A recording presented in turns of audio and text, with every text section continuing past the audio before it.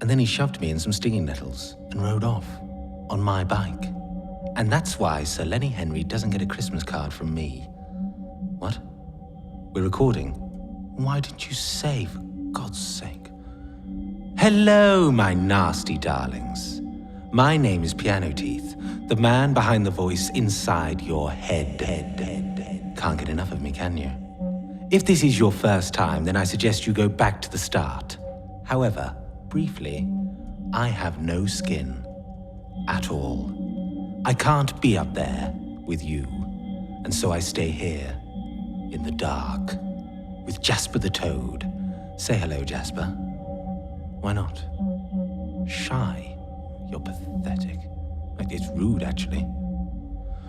I spend a lot of time in the bath, soaking my skinless sinews in various potions and drinking bleach. Yes, a lot of bleach. This then... What is it, Jasper? Now you want to say hello?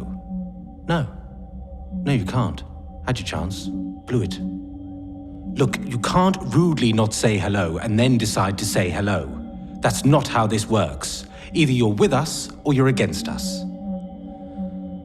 Where was I? Interrupted my train of thought. Oh yeah, bleach. So I drink bleach and, do you see what you've done? You've ruined my flow. It's rubbish.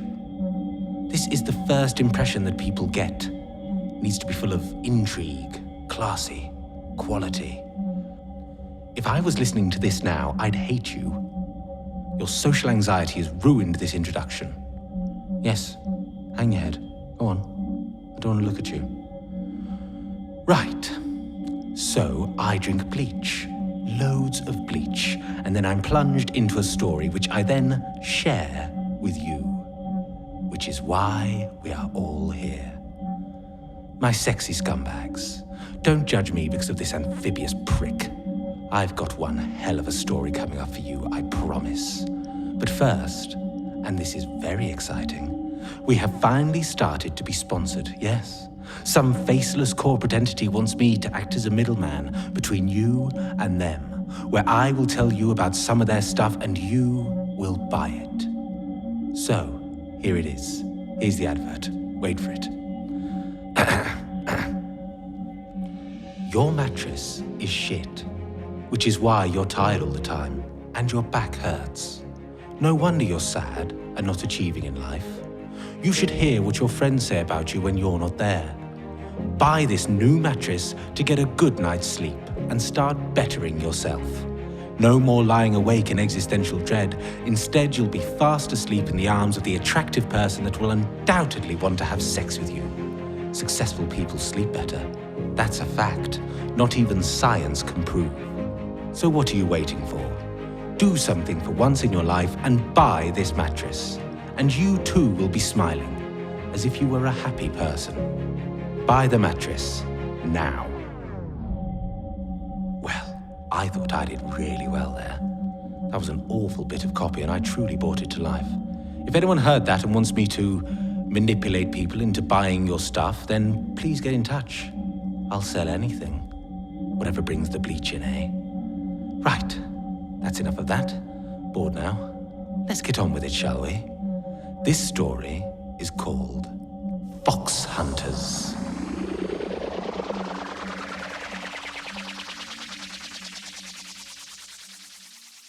Sir Cecil Gubbington was running for his life. He'd never had to run for his life before and didn't think that he'd ever have to. Who does? And he was woefully unprepared for it. He wished he wasn't so large. It was only now, whilst he charged through the bushes, his lungs screaming with exhaustion, did he realise the importance of staying in at least relatively good shape and not indulging every gluttonous whim. In fairness, if someone had made it clear to him that he should stay in shape because one day he would find himself being chased by a gang of murderous foxes through some woods, then he would have listened. Of course he would.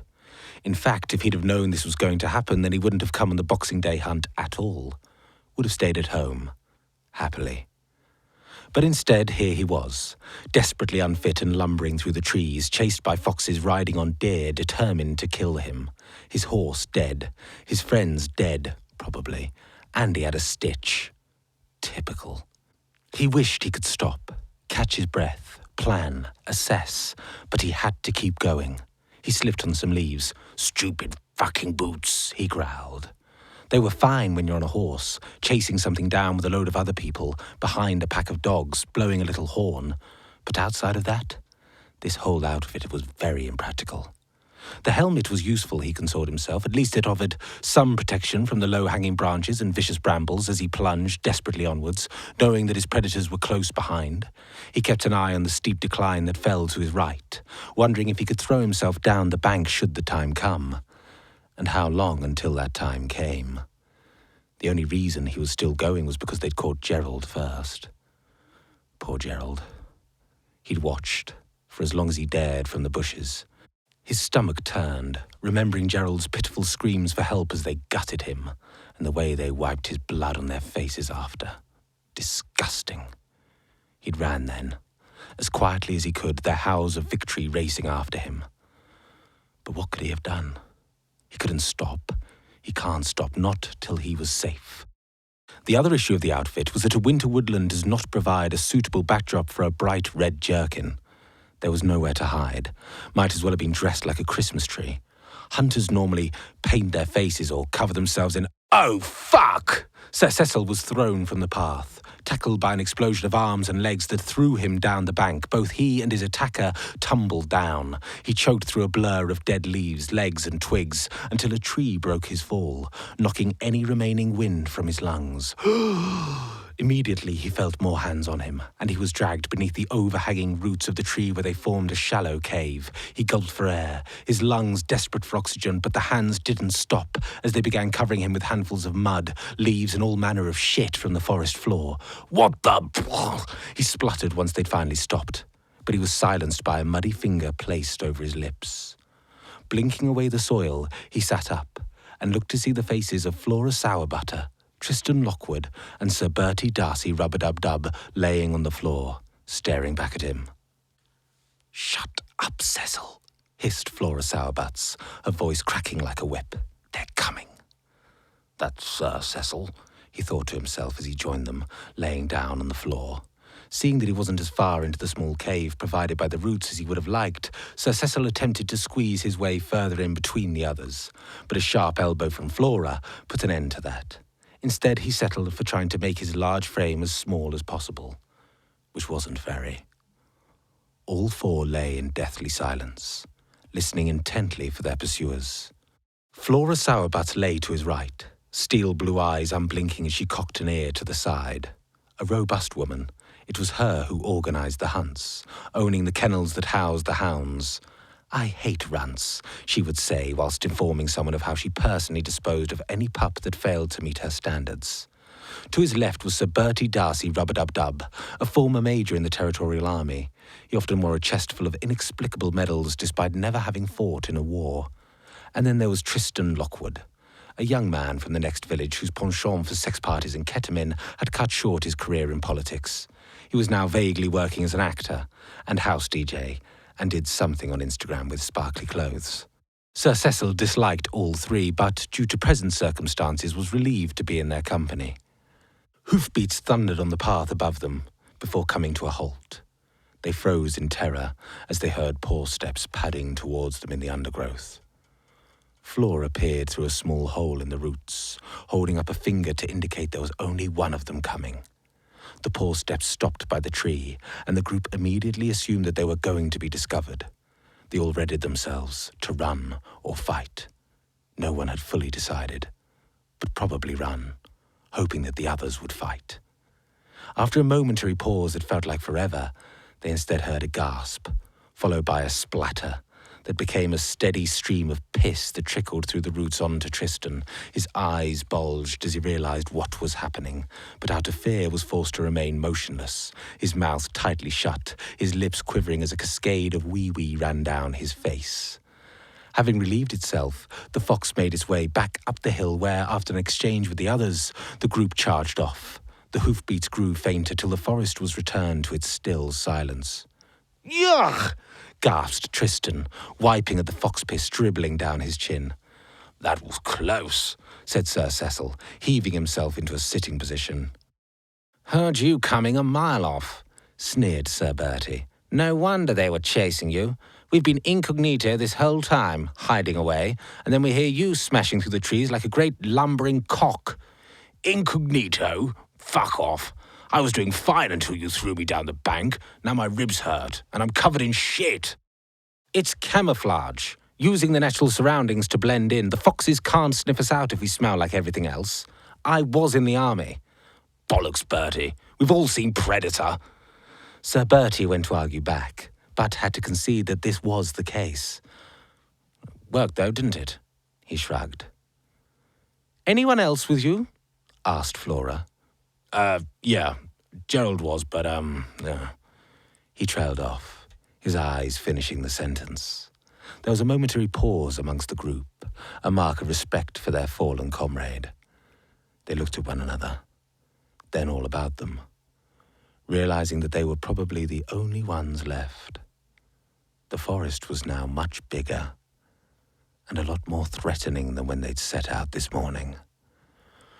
Right, Sir Cecil broke the silence. What's the plan? The plan, said Flora, is to get out of these woods, back to civilization, where we can alert the authorities, see what these foxes do against the might of the British Army. God, I'd love to see that report, scoffed Tristan. Who's going to take that seriously? Horde of foxes have weaponized and are murdering people sounds fucking mental. But it's the truth, Flora replied, icily. Sir Cecil, sensing the tension, jumped in. Look, we can all agree it sounds fucking mental. It is fucking mental. But explaining it can come later. First, we have to survive. So let's go.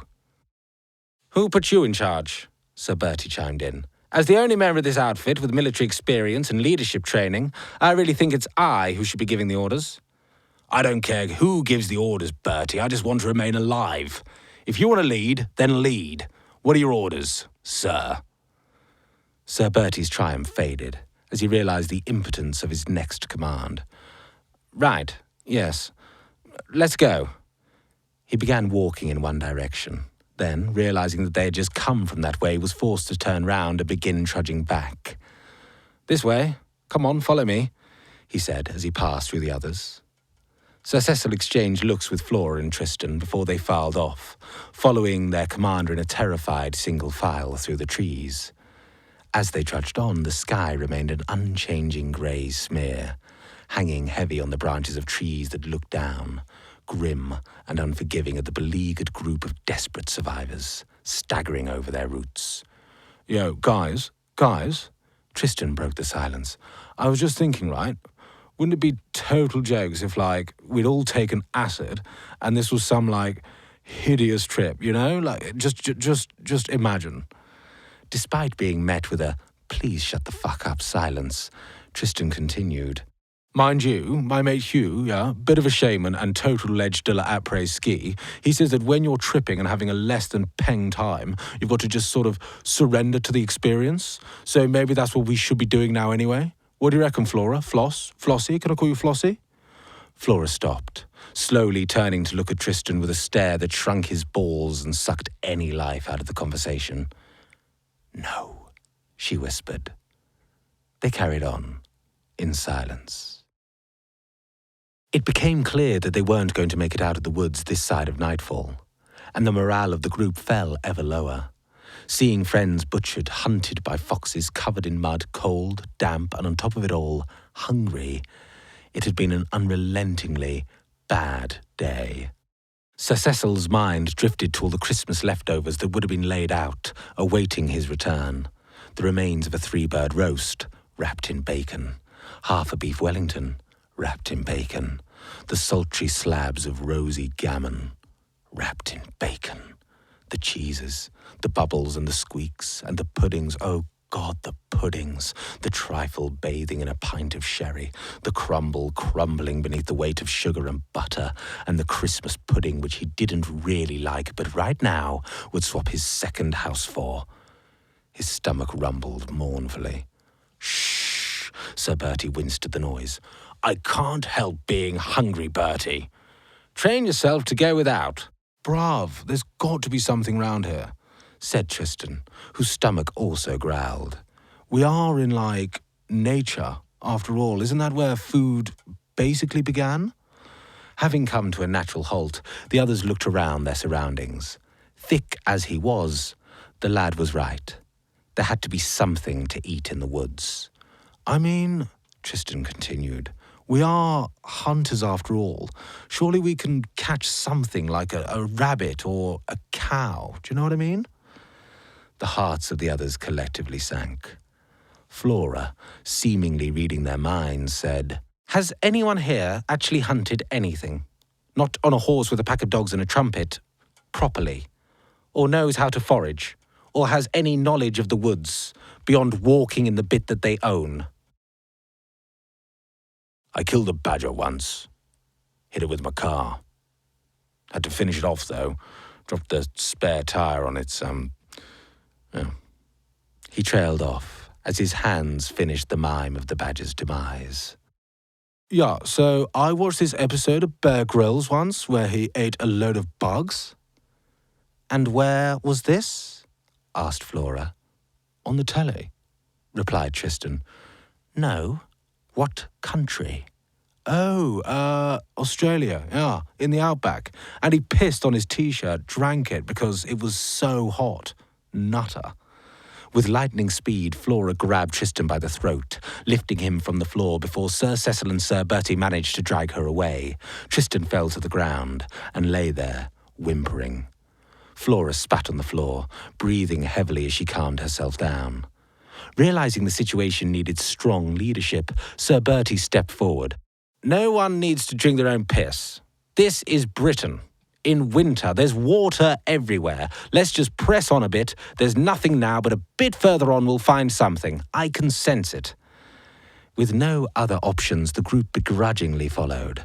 Sir Cecil put himself in between Flora and Tristan, the latter now cowed into silence, save for the occasional grumble about Bear Grylls. Darkness fell and wrapped them in an icy embrace. Shivering with cold and fear, they carried on, in silence, listening out for their predators and wishing they were anywhere but where they were.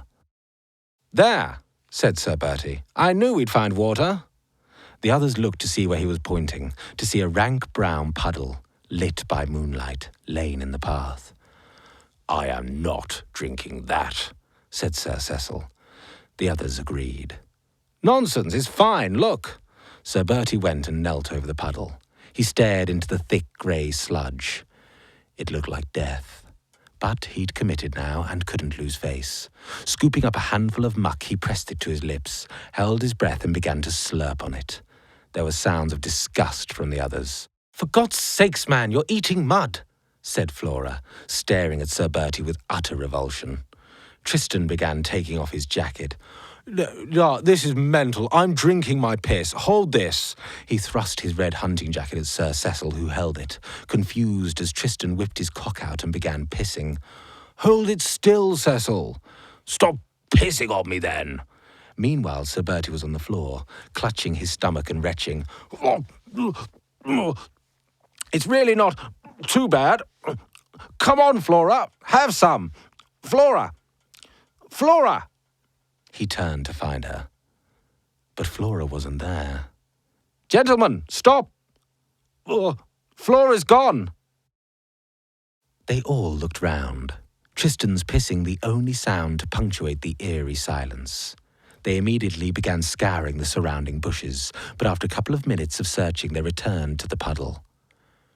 Maybe she went for a poo? Offered Tristan. "Don't be stupid, Tristan, and put your cock away," Sir Cecil snapped. He knew what had happened, and, judging by the ashen faces of the others, they did too. She'd been taken, just like that, right there in front of them.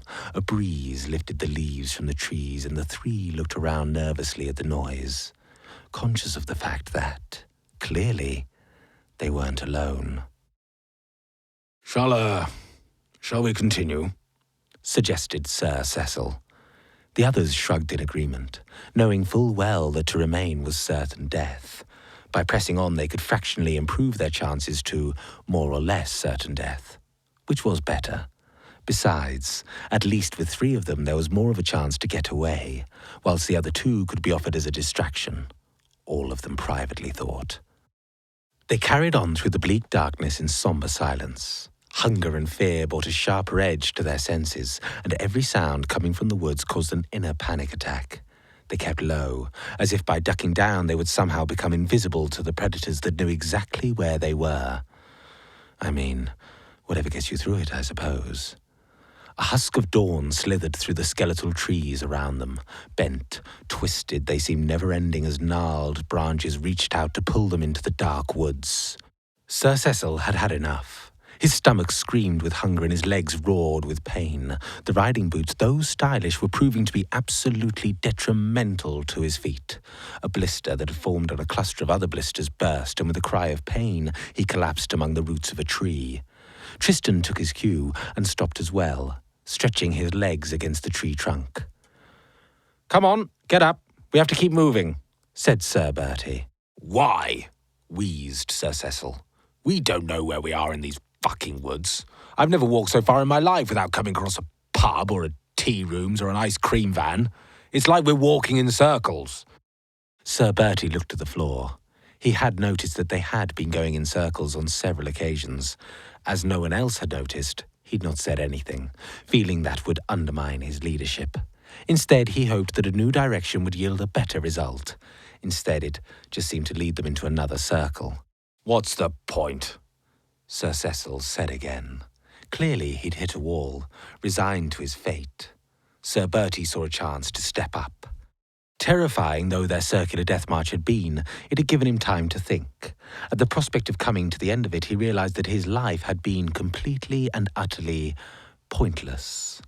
Born into old family money, he'd never had to struggle. The most expensive education in the world had given him far more entitlement than intelligence or skills. He'd tried dozens of entrepreneurial ventures, but all had failed. Eventually, he'd settled into the family business of just having money. He didn't need to do much, thanks to sound investments made by his grandfather in property, weapons, and a diamond mine. He had a knighthood, yes, but that was because he was old school chums with the then Chancellor and had donated rather large sums of money into that particular political party. In truth, he didn't really have a political thought in his head. It's just what everyone around him did, like Christmas, or getting married.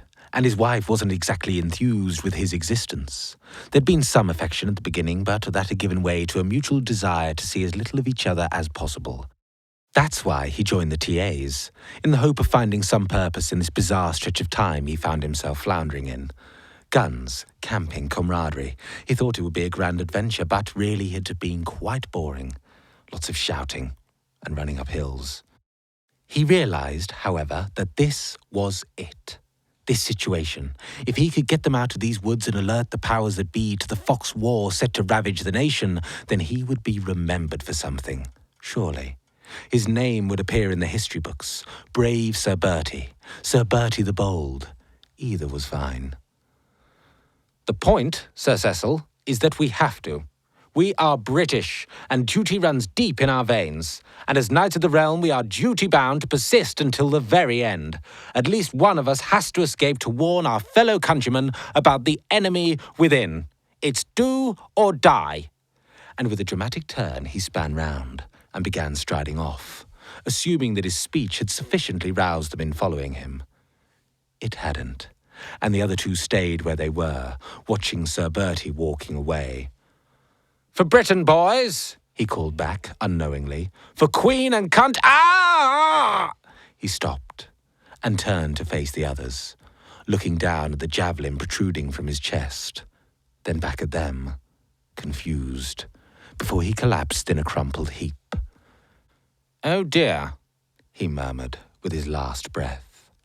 And so ended the life of Sir Bertie Darcy Rub-a-Dub-Dub, who never found his meaning after all. I have to say, it was gardening, Bertie. That's all you needed to have done to feel complete. Plant some vegetables, get your hands in the soil. It was that simple. But you had to go and complicate things. Idiot. Ah well, done now. Sir Cecil and Tristan charged through the trees. As soon as the javelin had struck, they were suddenly filled with a renewed energy and legged it as far as they could away from their dying comrade. They heard the bloodthirsty howls of victory behind, informing them that Sir Bertie was undergoing the same fate as the others. "Nothing we could have done," panted Sir Cecil. "No, nothing," Tristan replied, breathlessly. Besides, Sir Cecil thought, it at least had bought them some time, and that's all that mattered now. Distance between them and a violent, horrifying death. That would most definitely hurt. A lot. And no one wants that. Sir Cecil was struggling. He couldn't keep up with Tristan, who was much younger and fitter than he. His feet hurt, and he was sure that another blister from the cluster had burst. The open skin chafed horribly. Tristan, wait," he called after the young man ahead of him. And to his amazement, Tristan stopped and turned. Seeing that Sir Cecil was struggling, he came back to jog alongside him. "Thank you," wheezed Sir Cecil. "You're a good man." "No worries, bruv. I mean, we've come this far together, and I'll feel a lot better going the rest of the way with you, mate. Wherever that is, yeah?"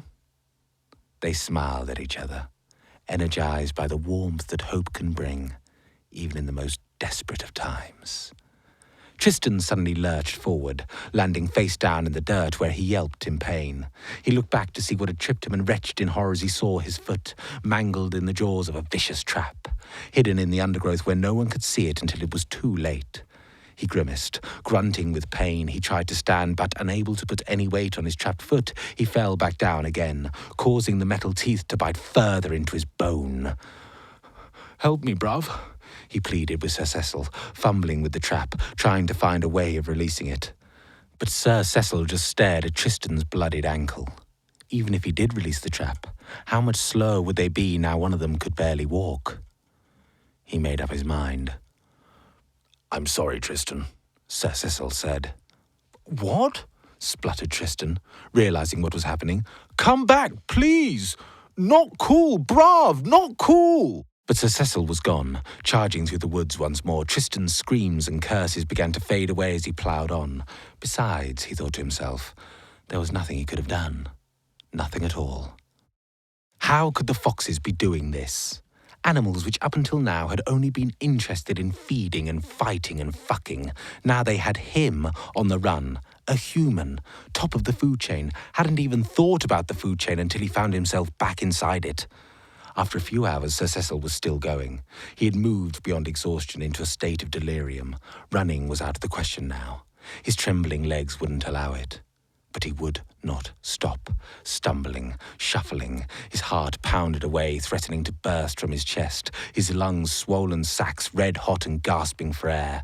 Occasionally his stomach would tighten, his whole body convulsing to retch up an exhausted bile that he allowed to run down his chin. Still he ploughed on, fueled by desperation and fear. His ears were ringing. The forest was a blur, familiar shapes bending and twisting, spiraling away as their colours melted into each other. It was raining, and his feet slipped on the wet floor, bringing him crashing down into the sludge. He lay there, momentarily, his body perfectly happy to stay and sleep in the mud. He tried moving, but his body wouldn't allow it. He thought about moving, staring at his arms, willing them to push up off the floor. "Come on," he said to his arms. "Move." But they remained still. "Get up," he ordered again. But the arms weren't having any of it, mocking him with inertia. "Don't defy me. I'm warning you." But his threats fell on deaf arms.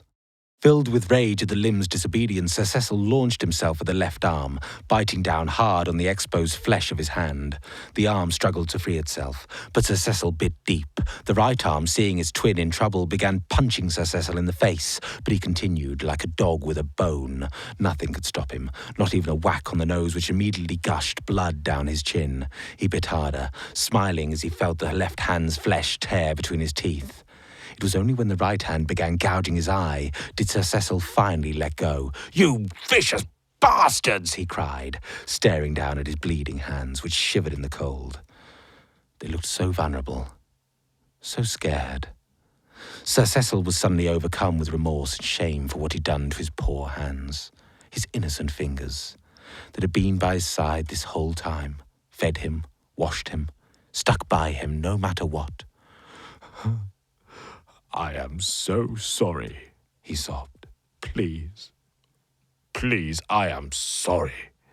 His hands paused for a moment, then leapt up to his face where he kissed them tenderly, grateful for their affection as they began stroking him. All things forgiven. He purred as they caressed his folds of flesh, his spine tingling as he felt them lingering on his thighs.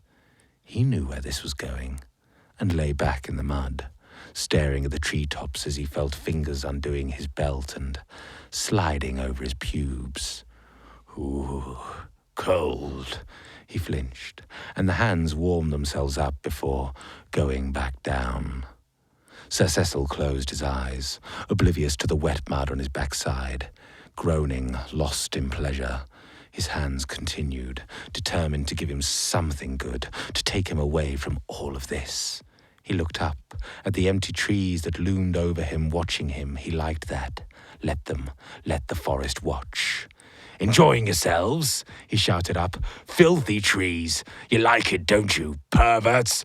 Perverts!" Ah! They came just as he did. As if summoned like a genie, they materialized from the shadows, silent as smoke, to stand in a ring around him. Some were on all four paws, others upright on their hind legs, standing confidently. In their hands they carried weapons, sharpened poles, bows and arrows, slings and clubs. Their faces were painted with patterns, stripes and spirals adorning their fur. A snort, and the pad of hoofbeats revealed itself to be more. Behind this first row sat on the backs of deer, who stamped the ground, great plumes of vapour pouring from their nostrils. As if by some silent command, the foxes stepped aside, creating a column between them. A figure materialized, riding on the back of a great white stag whose eyes blazed red, its antlers tearing through the rainy mist as it swaggered from side to side. The fox held no weapons, and around its neck hung a necklace of feathers, bone and teeth, which looked human.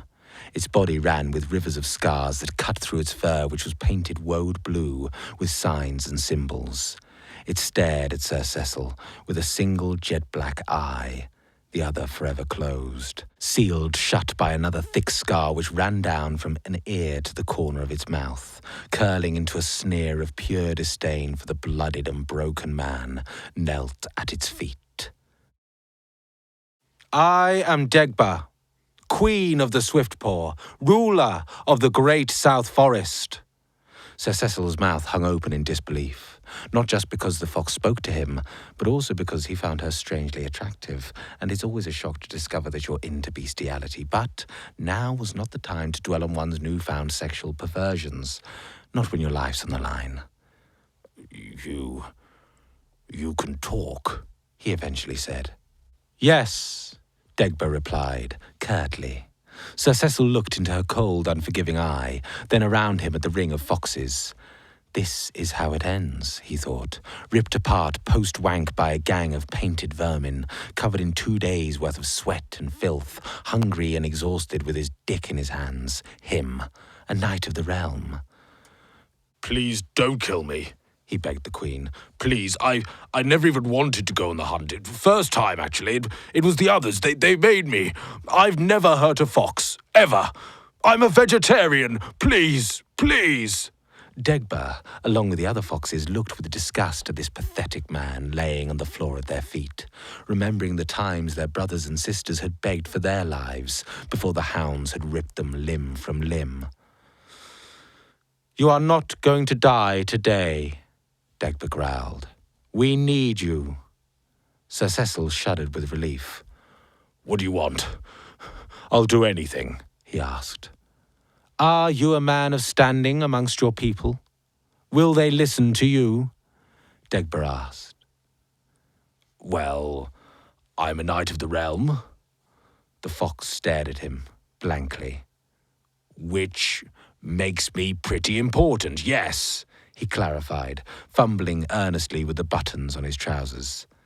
Degber sneered, then yelped at a fox who hurried forward with a sack, which was thrust into Sir Cecil's hands. "Open it," Degber ordered. He did so, tentatively, and as he peered inside, Sir Bertie's face stared back at him. He was caked in dry blood. The head had been ripped off, the neck chewed through, and an ear hung limply from the side. His eyes looked right through Sir Cecil, fixed forever in an expression of terror, a portrait of a man meeting his end. Sir Cecil retched, closing the sack and its grim contents. What am I meant to do with this?" "It's a message to your leaders, to help them understand. We are taking back these woods. For too long, the fox has been hunted, murdered for sport. That time is now over. We are taking back our lands. The clans are uniting. We want to live in peace. But if the Countryside Alliance insists on war..." Degber leaned over the antlers of her stag, her face inches away from Sir Cecil. "Then this is what you can expect." She sat back in the saddle. "You will be escorted to the edge of the forest. You can make your own way from there. I'm sure you'll get picked up soon." She looked at him. Sir Cecil weighed up his options. As much as he didn't want to traipse through the countryside with Sir Bertie's head in a sack, he also didn't want to die. "I'll do it," he said. About an hour later, Sir Cecil was out of the woods, trudging through a muddy field, Sir Bertie's head knocked against his leg with every step. They'd taken him to the edge of the forest and pointed him in the vague direction of a road. He had no idea where he was, and he was still hungry, and the sack was heavy. But he had survived, and he was going to do as Degber had said, and give the Countryside Alliance her message, and he knew what their answer would be. He'd be back, and the next time that vixen bitch would be on her knees before him, he'd show those foxes exactly what they were dealing with. "Come on, Bertie," he said, slinging the sack over his shoulder. "Let's go home." And he ploughed on, fueled by thoughts of revenge. Degber and her fox horde watched him from the forest edge. "Do you really think they'll leave us be?" growled Hoth, a grizzled fox who led her cavalry. "No," said Degber, not taking her eyes off Sir Cecil, and nor did she particularly want them to. What was to be had been written long before, and she knew what was to come. A sound from the bushes behind drew her attention from Sir Cecil, and turning in her saddle she saw Baglud, one of her captains, emerging from the shadows, leading a young human man behind her. Degber could see that he'd been wounded, and he limped forwards, until forced to kneel at the hooves of her stag. "What's your name?" she asked the quivering wreck. I'm Tristan," he spluttered through sobs without looking up. "Please, let me go. I'll do anything. My family's very rich. Just please let me go." Degber smiled. "I'm afraid your money is no good here, boy. And besides, I've got big plans for you, Tristan. Big plans." And with a yelp to her captains, she turned her stag into the woods. And she, the foxes, and Tristan disappeared into the shadows.